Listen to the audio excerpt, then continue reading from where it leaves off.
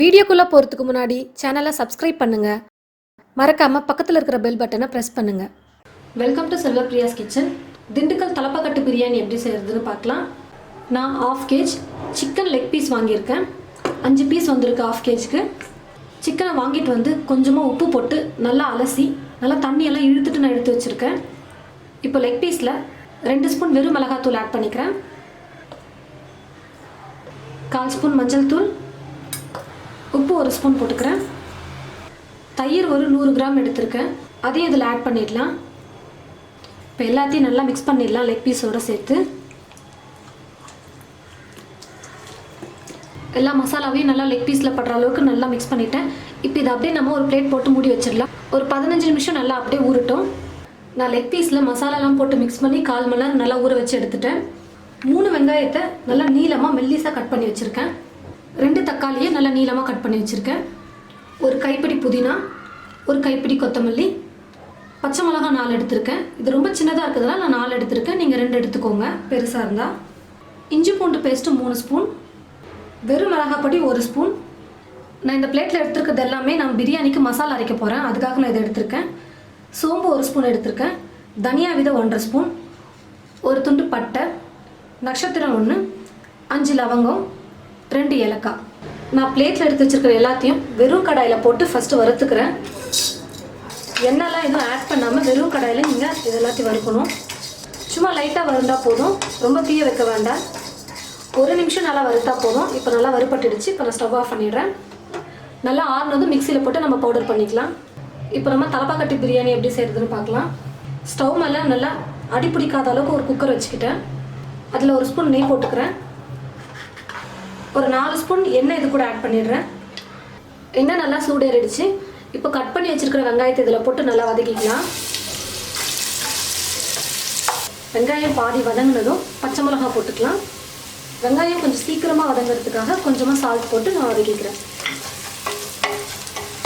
வெங்காயம் நல்லா இந்த அளவுக்கு ப்ரௌனாக வதங்கணும், அந்த அளவுக்கு நம்ம நல்லா வதக்கணும் வெங்காயத்தை. இப்போது எடுத்து வச்சுருக்கிற இஞ்சி பூண்டு பேஸ்ட் போட்டுடலாம்.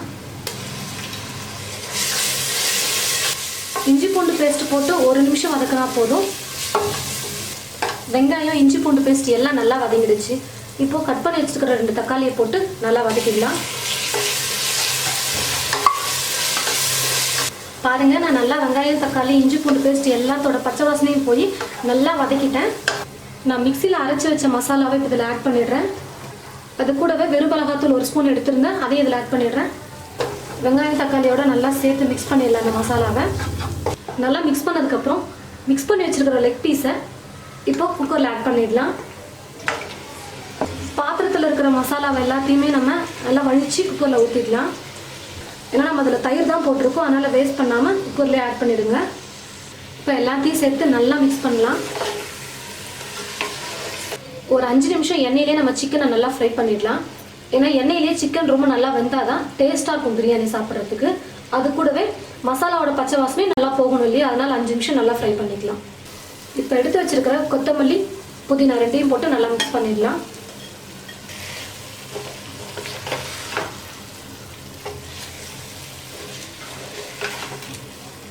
நான் இந்த டம்ளரில் தான் 400 கிராம் அரிசி எடுத்திருக்கேன். 1 டம்ளர் அரிசி எடுத்திருக்கேன் நான். இதில் 1 டம்ளருக்கு 1.5 டம்ளர் தண்ணி ஊற்றணும். நம்ம பாஸ்மதி ரைஸ்க்கு தண்ணி ஆட் பண்ணிடுறேன். 1.5 டம்ளர் தண்ணி நான் ஊற்றிட்டேன். உப்பு தேவையான அளவுக்கு போட்டுக்கலாம். நான் சிக்கனில் ஆல்ரெடி மிக்ஸ் பண்ணும்போது நான் உப்பு கொஞ்சம் போட்டிருந்தேன். இப்போது பார்த்து தேவையான அளவுக்கு போட்டுக்கலாம். நல்லா மிக்ஸ் பண்ணி விட்டுருங்க. இப்போ குக்கர் மூடி போட்டு மூடிடலாம். ஒரு விசில் வந்ததும் நம்ம ஸ்டவ் ஆஃப் பண்ணிக்கலாம். குக்கர் ஒரு விசில் வந்துருச்சு. இப்போ நம்ம கேஸ் ஆஃப் பண்ணிடுறேன். ஒரு 5 நிமிஷம் வெயிட் குறையட்டும், அதுக்கப்புறம் நம்ம குக்கர் மூடி ஓப்பன் பண்ணிக்கலாம். விசில் ஃபுல்லாக குறைஞ்சிருச்சு. இப்போ நம்ம ஓப்பன் பண்ணிடலாம்.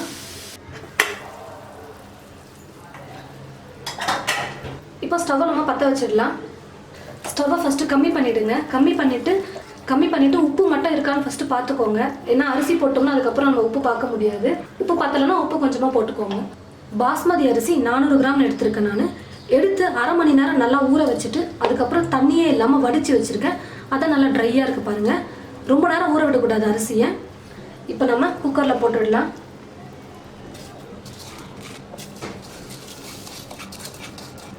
அரிசியை நல்லா மிக்ஸ் பண்ணிடலாம். ரொம்ப மிக்ஸ் பண்ணக்கூடாது. பீஸ்லாம் நமக்கு வெந்திருக்கிறதுனால உடஞ்சிரும் பீஸு. சும்மா லைட்டாக கலக்கி விட்டுட்டு இப்போ நம்ம குக்கர் மூடி போட்டு மூடிக்கலாம். இதுக்கப்புறம் ஸ்டவ்வை வந்து நம்ம ஃபுல்லாகவே வைக்கக்கூடாது, கம்மியில் தான் இருக்கணும். ரொம்ப சிம்மில் வச்சுட்டு அப்படியே ஒரு 10லேருந்து 15 நிமிஷம் நம்ம அப்படியே விட்டுடலாம். விசில் வந்து இப்போ போட வேணாம், இதுலேருந்து ஏர் வந்ததுக்கு அப்புறமா நம்ம விசில் போட்டுக்கலாம். ஒரு 5 நிமிஷம் அப்படியே குக் ஆகட்டும். முக்கியமாக ஸ்டவ்வை நீங்கள் ஃபுல்லாக வைக்கவே கூடாது, ரொம்ப சிம்லேயே இருக்கணும். குக்கர் மூடியிலேருந்து ஏர் வர ஆரம்பிச்சிருச்சு. இப்போ நம்ம விசில் போட்டுடலாம். ஒரு 10 நிமிஷம் இப்போ குக் ஆச்சுன்னா போதும், பிரியாணி ரெடி ஆகிடும். நான் குக்கர் விசில் போட்டு 10 நிமிஷம் ஆச்சு. இப்போ நான் ஸ்டவ் ஆஃப் பண்ணிடுறேன். இப்போ மூடி ஓப்பன் பண்ணி பார்க்கலாம் பிரியாணி எப்படி வந்திருக்குன்னு. பாருங்கள் எவ்வளோ சூப்பராக பிரியாணி வந்திருக்கு.